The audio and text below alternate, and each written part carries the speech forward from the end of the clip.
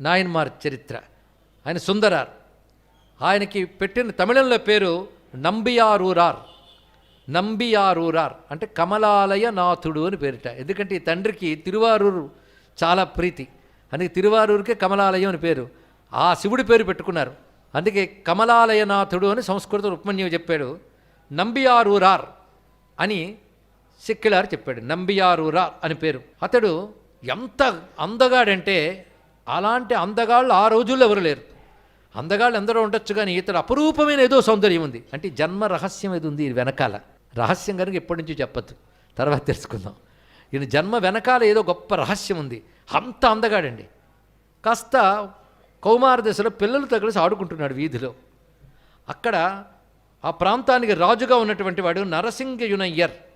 మన నరసింహ అని పేరు పెట్టుకుంటే చాలు. ఆ నరసింహరాజు ఆయన రథం మీద వెళుతూ ఆ పిల్లవాడిని చూశాడు. ఇంతమంది పిల్లలు అక్కడ ఆడుకుంటున్నా ఈ పిల్లవాడిని చూస్తే అతడు సౌందర్యాన్ని ముగ్ధురైపోయాడు. ఏదో ముచ్చట కలిగింది. ఇవన్నీ గర్జన్మ ప్రేరణలే ఉంటే అలాంటి ఎవరి మీద తెలియకుండా ప్రేమ కలుగుతుంది.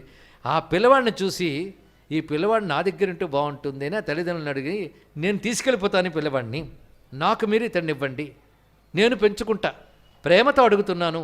పైగా మీరు వైదిక సంప్రదాయానికి చెందినవారు కనుక మీ సంప్రదాయ ప్రకారంగానే ఆయనకు సంస్కారాలన్నీ చేయించండి, కానీ నేను నా కోటలో ప్రేమగా పెంచుకుంటాను అతన్ని. అంటే రాజ్యం కూడా ఇవ్వచ్చేమో బహుశా అని చెప్తే సరేనని తల్లిదండ్రులు అంగీకరించారు. ఎందుకంటే రాజు కదా, రాజశాసనం అది. పైగా చక్కగా ధర్మబద్ధంగా ప్రేమగా పాలిస్తున్న రాజు గనక నరసింహరాజు చెప్పిన ప్రకారంగా పిల్లవాడిని అతనికి ఇచ్చేశారు. దీని వ్యాఖ్యాతలు ఏమంటున్నారంటే పిల్లవాడిని ఇవ్వడమే కాదు, వీళ్ళు కూడా రాజాదరణలో క్షేమంగా అక్కడే ఉండేవారు అని కూడా చెప్పారు. మొత్తాన్ని పిల్లవాడికి వేద సంస్కారములు ఇచ్చారు. చక్కగా పిల్లవాడు వేద సంస్కారాలు పొంది వైదికమైన అనుష్ఠానాలు చేసుకుంటూ వేద జ్ఞానము ఇవన్నీ కలిగినటువంటి వాడు. అతనికి వివాహ వయస్సు వచ్చినప్పుడు సంబంధాలు చూశారు. పైగా ఇతను మహాసౌందర్యవంతుడు, ఎదుగు ప్రసిద్ధి. ఏ విద్య నేర్పితే ఆ విద్య అలాగ వచ్చేస్తుంది కనుక విద్యావంతుడు అయ్యాడు, సంస్కారవంతుడయ్యాడు, కుటుంబం బాగుంది, రాజాదరణ ఉంది. ఇంకేం కావాలి, రాజపుత్రులా చూస్తాడు. ఇంకేనికి మంచి సంబంధాలు చాలా వస్తున్నాయి. అప్పట్లో పుత్తూరు, దీనికి నూతనపురం అంటాడు ఉపమన్యువు. పుత్తు అంటే కొత్త, పుత్తు ఊరు అంటే కొత్త ఊరే. ఆ పుత్తూరు పేరుతో చాలా ఉన్నాయండి. విల్లిపుత్తూరు ఒకటి ఉంది కదా, ఇది విల్లిపుత్తూరు కాదు, ఇది ఒక పుత్తూరు. ఆ పుత్తూరులో ఒక మహానుభావుడు వేద పండితుడు ఉండేవాడు. ఆయన తన కుమార్తెనిచ్చి వివాహం చేయాలని సంబంధం కలుపుకోవడానికి మాట్లాడితే ఈ సంబంధం అన్ని విధాలుగా యోగ్యమైనది అని నిర్ణయించుకున్నవారే ఇంకా పెళ్లి ఏర్పాట్లు అయ్యాయి. ఆ పెళ్లి ఏర్పాట్లో ఈయన వెళ్ళిన తీరు, పెళ్లి కొడుకుగా ఎలా చేశారు, ఇవన్నీ చాలా అందంగా వర్ణిస్తాడు సెక్యులర్. దీన్ని బట్టి అప్పుడు ఆచార వ్యవహారాలు ఉండేవో తెలుస్తుంది ఇక్కడ. వాళ్ళ సంప్రదాయం ప్రకంగా పైగా రాజపుత్రుడి కనుక పెళ్లి అలంకారాలను చేసి గుర్రం నుంచి తీసుకెళ్ళారు అక్కడికి పుత్తూరుకి. వాళ్ళు విడుదలన్నీ ఏర్పాటు చేశారు. ఇంకా ముహూర్తం దగ్గరికి వస్తుంది. విడుదల నుంచి ఇక్కడికి మంగళవాద్యాలతో కళ్యాణ మండపానికి తీసుకొచ్చారు. పెళ్లి కొడుకు అక్కడ దిగాడు. మన సంప్రదాయ ప్రకారంగా పెళ్లి కూతురు వచ్చే లోపల పెళ్లి కొడుకు దీక్షగా చేయవలసిన కొన్ని విధులు ఉంటాయి. అవి చేయిస్తున్నారు పురోహితులు, అవి చేస్తున్నాడు. ఇంకా పెళ్లి కూతురు రాలేదు.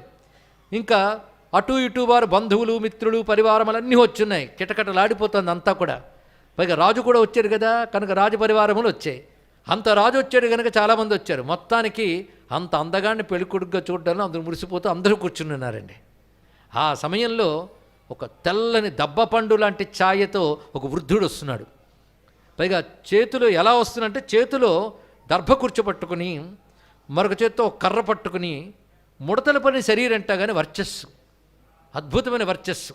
పైగా రుద్రాక్షలు వేలాడుతున్నటువంటివి, బంగారం తొడిగినటువంటి రుద్రాక్ష మాలలు వేసుకుని అద్భుతమైనటువంటి త్రిపుండ్రాలు ధరించి వస్తున్నాడు ఆయన, మహా తేజస్వి అయినటువంటి వృద్ధుడు. ఆ వచ్చిన ఆయన రాగానే వీళ్ళందరూ పెద్ద ఆయన కదా వచ్చాడని గౌరవించారు. ఆ పైనుంచి ఇతన్నే చూస్తున్నాడు, సుందరారనే చూస్తున్నాడు ఆయన కూర్చున్న ఆయన. చూస్తూ పైగా సుందరార్ అనేది ఆయనకి ముద్దుగా పెట్టుకున్న పేరు. అసలు పేరు మాత్రం కమలాలయనాథుడు, మర్చిపోవద్దు. ఊళ్ళో వాళ్ళందరూ అందాన్ని చూసి సుందరార్ అన్నారు కదా. అలా వచ్చిన పేరు బిరుదనామం. కొందరు అసలు పేర్లు పోయి ఆ పేరుతోనే పిలుస్తారు లక్షణం బట్టి.